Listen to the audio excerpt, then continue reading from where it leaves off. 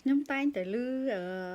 ពាក្យជារឿយៗថាអូយចង់ធ្វើជាមនុស្សស្រីខ្លាំងដូចបងអញ្ចឹងចង់ធ្វើជាមនុស្សស្រីដែលជោគជ័យមនុស្សស្រីដែលមានអ្វីៗជារបស់ខ្លួនឯងមានជីវិតរបស់ខ្លួនឯងដែលគេហៅថាមនុស្សស្រីខ្លាំងដូចបងអញ្ចឹងខ្ញុំចង់ឆ្លើយទៅវិញថាខ្ញុំមិនមែនជាមនុស្សស្រីខ្លាំងទេកាលពីមុនខ្ញុំក៏ធ្លាប់គិតដែរថាខ្ញុំចង់ធ្វើជាមនុស្សស្រីខ្លាំងចា៎ប៉ុន្តែនៅពេលដែលខ្ញុំដើរតាមនិយមន័យដើរតាមផ្លូវត្រួសត្រាយដែលគេចាត់ទុកថាជាមនុស្សស្រីខ្លាំងទៅខ្ញុំដឹងថាអូខ្ញុំអត់ដែលចង់បានទេតាមពិតទៅវាមិនមែនជាអ្វីដែលខ្ញុំចង់បានទេភាពជាមនុស្សស្រីខ្លាំងនឹងតាមពិតអ្វីដែលខ្ញុំចង់បានគឺធ្វើជាខ្លួនខ្ញុំពិតប្រាកដចា៎អញ្ចឹងខ្ញុំសូមលើកទឹកចិត្តឲ្យអ្នកទាំងអស់គ្នាជិះជាងដែលស្វែងរកខ្លាយទៅជាមនុស្សស្រីខ្លាំងមនុស្សស្រីដែលជោគជ័យដែលសង្គមបច្ចុប្បន្នគេឲ្យនិយមន័យមួយហ្នឹងបានន័យថាផ្ទុយពីមនុស្សស្រីដែលជាភេទទុនខ្សោយចាអញ្ចឹងដើម្បីផ្ទុយពីមនុស្សស្រីដែលជាភេទទុនខ្សោយនេះគឺមានមនុស្សស្រីខ្លាំងចាប៉ុន្តែតាមពិតទៅយើងអត់ចាំបាច់ធ្វើជាមនុស្សស្រីខ្លាំងទេព្រោះធ្វើជាមនុស្សស្រីខ្លាំងហ្នឹង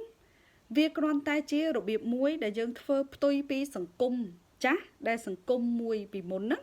គឺគេចាត់ទុកស្រីជាមនុស្សជាភេទទុនខ្សោយអញ្ចឹងយើងនឹងធ្វើផ្ទុយពីហ្នឹងឲ្យបង្ហាញថាមនុស្សស្រីគឺជាភេទខ្លាំងចាអញ្ចឹងយើងអត់ចាំបាច់ទេតាមពិតទៅអ្វីដែលចាំបាច់ដើម្បីឲ្យជីវិតយើងមានភាពសុខស្រួលមានសុភមង្គលគឺយើងរស់នៅជាខ្លួនឯងយើងធ្វើជាខ្លួនឯងពិតប្រាកដ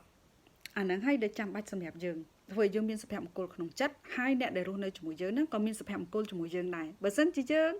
ខ្លាយទៅជាមនុស្សស្រីខ្លាំងហើយច្រានចោលនៅអ្នកផ្សេងទៀតច្រានចោលនៅភាពទុនជ្រាយច្រានចោលនៅភាពទុនខ្សោយ